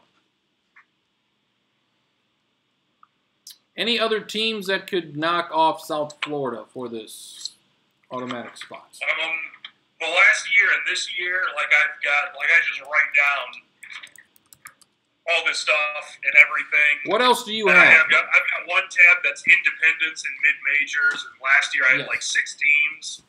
Because I only write down the teams I think will do well, I guess. This year I've got USF as the only mid-major team, and then I picked both BYU and Notre Dame. I've got USF 12-1, Notre Dame 9-3, losing to USC, Miami, and Stanford, and BYU at 8-4. Who do you have South Florida losing to? East Carolina on the road. That's right. Go, folks. So I've got East Carolina beating both South Florida and Stacken's Virginia Tech squad this year. So I have Virginia Tech with 1 loss this year, and that would be to, that would be to East Carolina. Wait, really? So you've got Byron I missed up Buxton. my Orange Bowl pick here. Virginia Tech needs to be in that Orange Bowl. If Virginia Tech only has 1 loss and wins the conference, they'd probably be in the playoffs. Well, what about you were big on, what now? You've got Miami in the Fiesta Bowl, you have Florida State, and you have too many ACC teams. I know. I need to put Virginia Tech in the Orange Bowl. So Miami. Florida State. Wait, do you have Virginia Tech winning the conference title game back in? I have Virginia Tech losing to Florida State. So keep Florida State in the Orange Bowl. Never mind. Virginia Tech doesn't get a Big 6 game. So they don't. No. At 11-2, they're not getting one of the big Miami games. gets in over Virginia Tech. Switch Virginia Tech with mine. But I have Miami with 2 losses. They both have 2 losses. One won the conference, or one won their division at least. So, switch Virginia Tech for Miami. Virginia Tech, Wisconsin Fiesta Bowl. Yeah, I just threw up in my mouth thinking about that game. Yeah, Virginia Tech, Wisconsin. I'm not going to lie, if there were no other games on, I'd watch that, but I would not be excited to watch it. From these games we picked, David, Penn State, Clemson, Orange Bowl, that looks good. Charlie, Penn State, Florida State looks good. Charlie's Kansas State, South Florida is mentioned. Looks like diarrhea on grass. Clemson, Georgia. Farewell to Bill Snyder. That's what I would assume that's what how they'd have to try to spell. Florida, USF beat Charlie Strong against Florida. I mean, a good little deal there. Marcus at Stanford, Oklahoma State Fiesta Bowl. That was pretty great. 5-6 years ago, whatever the hell that was. 5 years ago. Decent games there. We like that. There we go. Yeah. Any other? What other? Yeah. South Florida. Any other team that could say South Florida? Wyoming, just because of quarterback. Allen, but I mean you got to throw Boise State in the mix as well. Yeah. So I think one of those two teams could rival USF, but they have. I think it's Nate Allen. Allen's his last name. I don't think his first name's Josh. Josh Allen. Yeah, Josh Allen. Nate Allen. It don't matter. Put it on the list. Allen for Wyoming. Put it on the list. Let's see. Colorado State. Colorado State, perhaps. See what they can do. There we go. Let's see. We got, what, week 1? What are you looking forward to, Schottenkirk? You got USC, Western Michigan. Should be great. Florida State, Bama. What do you think happens there? This should be a good one. I think Alabama, should be close around it, but I think Alabama finds their way in the 4th. I think they win by 10 or so. What's the spread? Other games. I don't know what the spread is. I'll look real quick.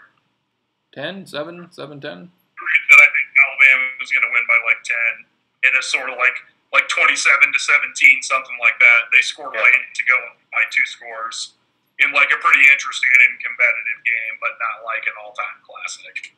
Depending where you look, Alabama's either -7 or -7.5. You'd still like Florida. You like Florida West over Virginia tends to be fun too on Sunday. But Sunday. You got Georgia and Georgia Tech and Tennessee on Monday, if that does anything for folks. Michigan, Florida should be a little bit of fun down in Texas on 2:30 Saturday afternoon. I don't have a schedule in front of me. It might be week 2. I don't remember, but I know Clemson and Auburn play early. Yep. Yeah, it's week 2. Okay, that's week 2. Never mind then. But 2 weeks from now, that'll be interesting. USC, Stanford, and Clemson, Auburn that second weekend. So. Looking at the schedule there, will there be a big upset? Usually a big upset week 1. Well, and week 2, not to jump ahead, but week 2 also is Ohio State, Oklahoma. Ohio State.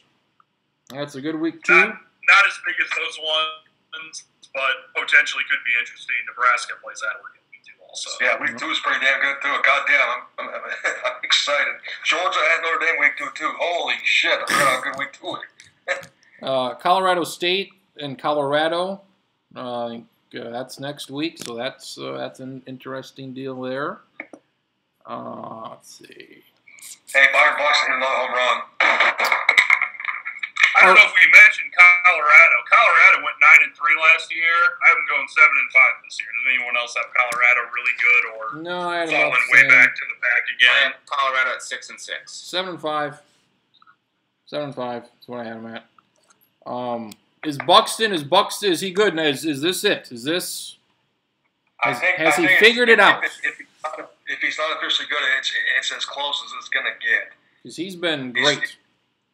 2 more hits today, another home run, 3 RBIs, another steal today.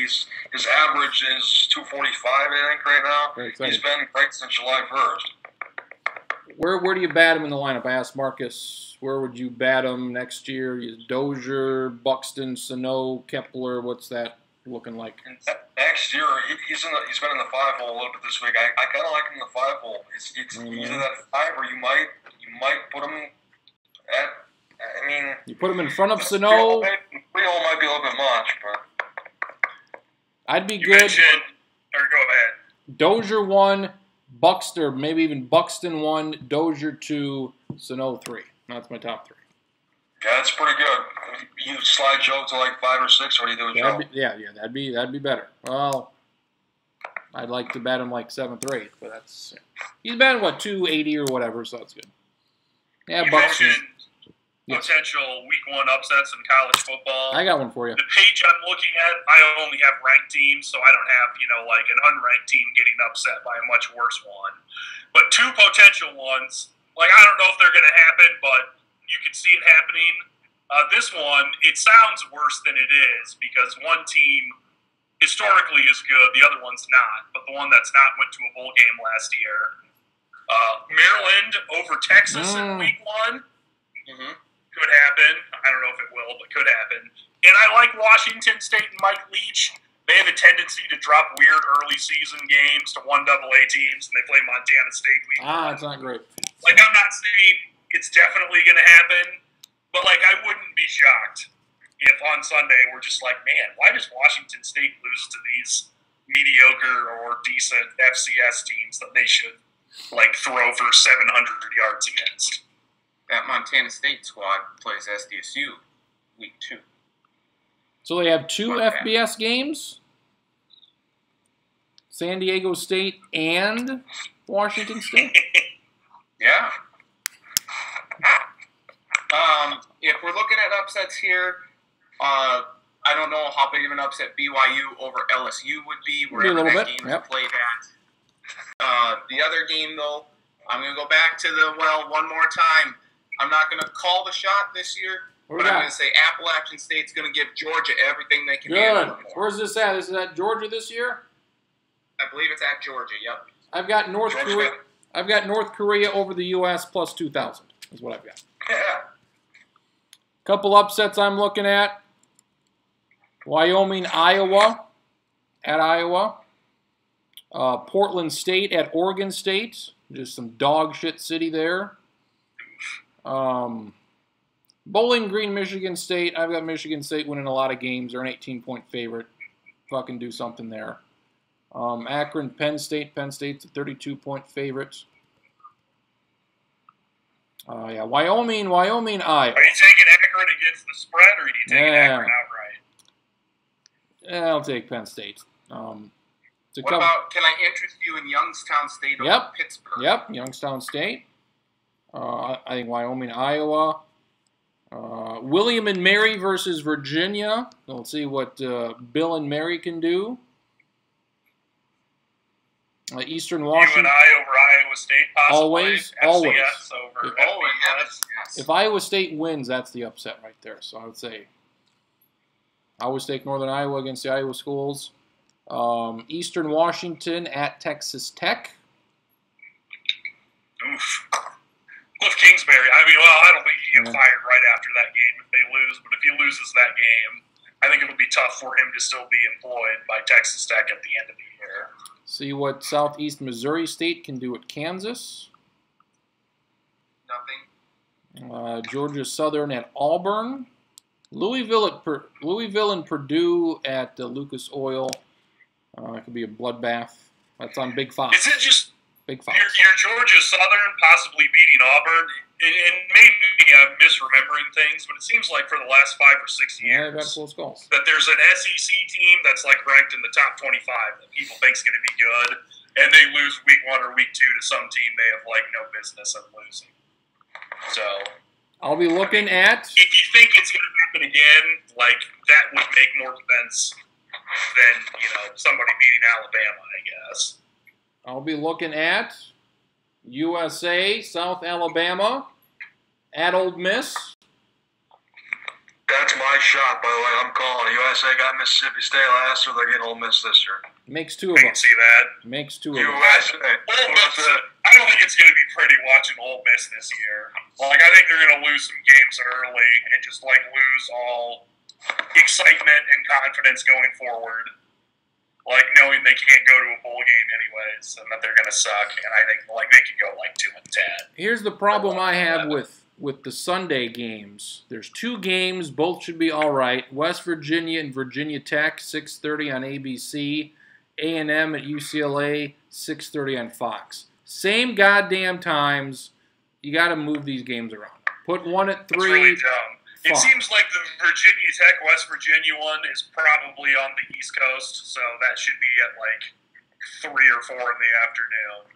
And then the West Coast game at UCLA should be at 7 o'clock at night. And I think maybe Fox should get all these damn college football games.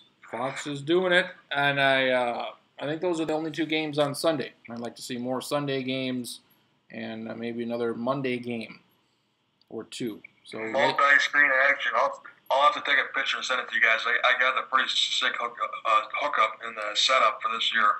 I've got 5 different screens, all within viewing on my couch.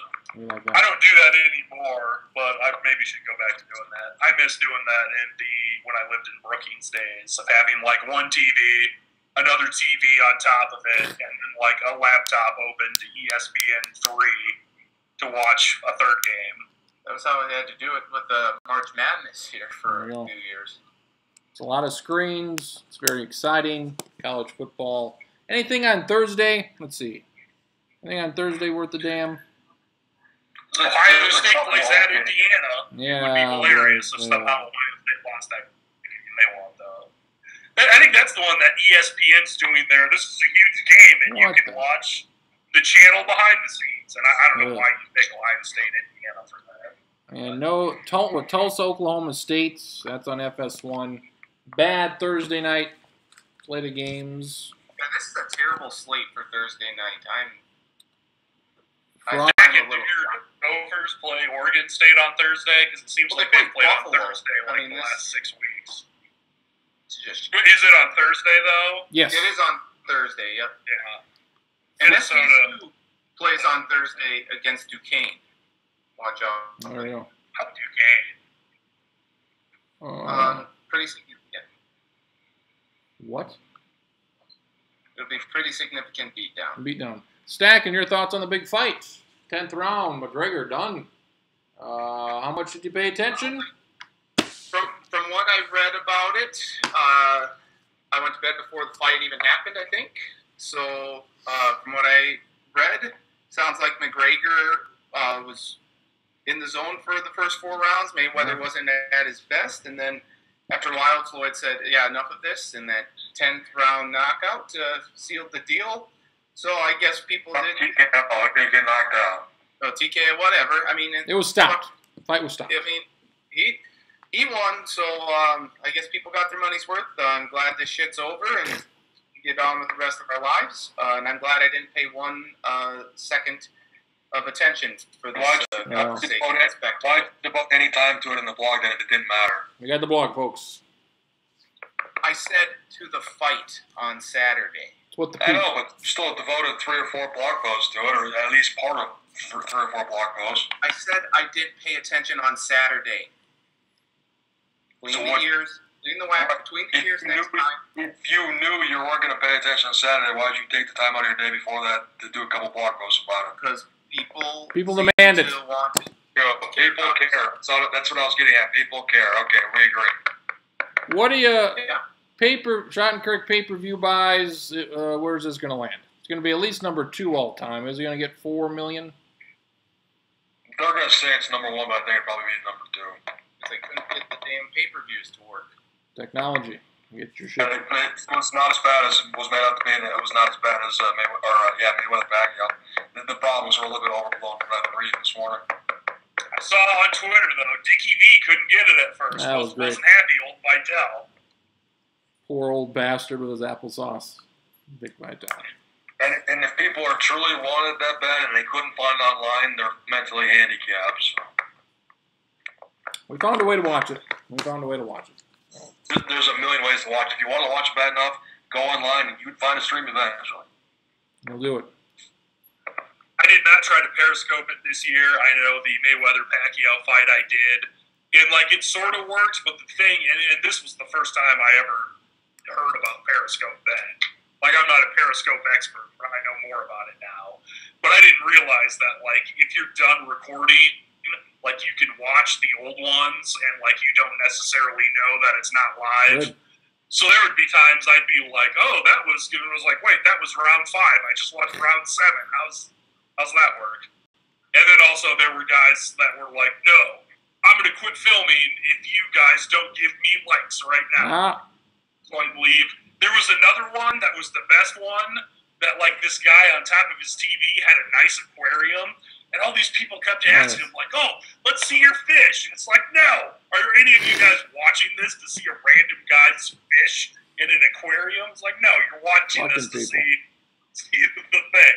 And it's like, oh, yeah, here's this fish, and explaining it. And that was the best Periscope one that I saw, Pacquiao Mayweather. Between rounds, maybe. Let's keep the fucking thing on the television. If you can find the right one, I think it can work really well. But like Schottenkirk said, there's a lot of times it's sort of like it's like rolling dice, and you have to keep rolling 2 dice until you get double sixes. So sometimes that might take a while. Nathan Stacking. Cameron Meredith started off with a significant knee injury for the Chicago Bears. Who? Cameron Meredith, their best wide receiver. It's a shame. Meredith dead. They just went from 4 wins to 2 wins this year. Sounds accurate. Bears are not going to be very good. They're going to be the worst team in the NFC. Do we do a... the Jets. The Jets going to be the worst team in the NFL? I was going to say, who's going to be worse, the Bears or the Jets? Yep. And I've already made a couple of bets that the Patriots will finish with fewer losses than the Jets will have total wins this year. And I feel that I don't feel great about it with them going down for the year, but it's not a significant blow. Also, you said the Bears were the worst team in the NFC. You might be right, but now I'm thinking, will they be worse than the 49ers? Like, the 49ers are going to be really bad also. So I think Kyle Shanahan will be able to turn things around there to a degree. Like, it'll be tight, but I will still say that. And you know what could determine it? When the 49ers go to Chicago in, like, week 14. Oof. Monday is Labor Day, I believe. Next week. Yes.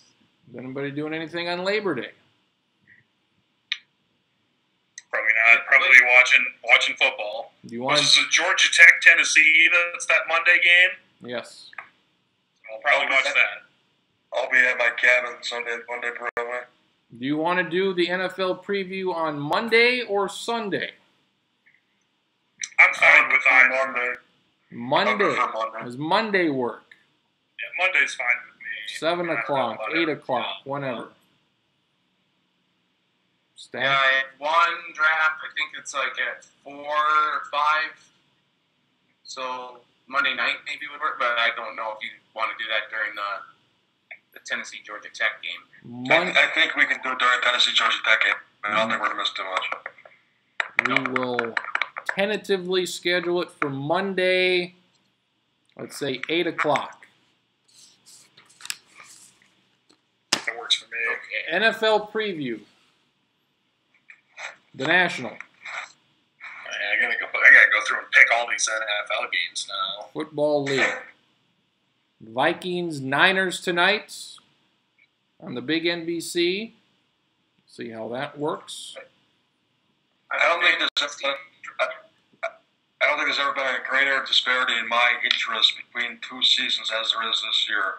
I care a lot more about college, the college season this year than I do the NFL. Is it because the college is up or the NFL is down or both? A little bit of both. And I've been trending this direction for a couple of years, becoming more and more a college guy.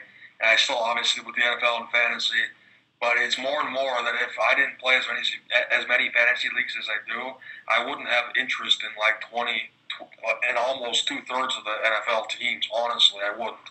But I don't know if it's just oversaturation or what. I still watch everything, but I get more enjoyment out of the college game, and it's not even close anymore. I would agree with that sentiment 100%. I think as I get older, one of the biggest reasons I like college football better is that there's just more different stylistically things that people do on offense and defense. Where even now that the NFL's changed more and is a little more open-minded, that still most NFL teams look more or less the same, and it just depends what their players are like. Where in college, you've just got so many different things. You know, nobody runs the triple option in the NFL, and it's interesting to be like, oh yeah, if you can run that really, really well, you can win 10 games a year. The one thing with college, though, is it does seem like you do always have the same team year in and year out. And likewise, to a certain extent to the NFL as well with the Patriots. But, I mean, Alabama's in the college football playoff every year. So it can get a little for him, but I think it's more of what the NFL is doing, some just terrible decisions like Elliott and concussions and all this other shit. Also, Diaco's back. That seems to wrap it up, folks. We'll have Marcus. Let's get rid of the echo. Let's get those picks together. Got to get the picks up and going, and may have another pick'em as well. So, Nathan Stacken, David Schottenkirk, Charlie Hildebrand, Marcus Traxler. We picked all the college football. Now we'll talk about the football for the rest of the year. So, Lounge, what was this? 228. Stack and Kid update. How many days? Are we counting down the days? Are we counting down the weeks? We are under 4 months. Under 4 months. So counting it down. There we go, folks. Right in the mid. Maybe going to be born on New Year's Day, Stacking. No, it will not. Bracing for a potential Bengal Viking birth. That's potentially what's there. Otherwise, Panther Viking birth. Somewhere in between there, I think, is where we're guessing. Date-wise, where are we talking? We're talking between the 6th and the 13th of December, but I have a feeling it could be a little earlier. Why is that? Feel it in your bones? Yes. Yes. My achy, breaky back. Are you sure that's not osteoporosis? Early onset osteoporosis. Fatherly intuition. You know, I really don't have, we'll call it that. That's a great way to put it. It's a sixth sense. I'm not Haley Joel Osborne here. Or Osmond. We'll end it there. Osborne, Osmond, Byron Buxton's good. We'll see you next week. Buck's going to give it to you. Buck's going to give it to you, Stacken. Look out. We'll see you next week. More football talk in the lounge.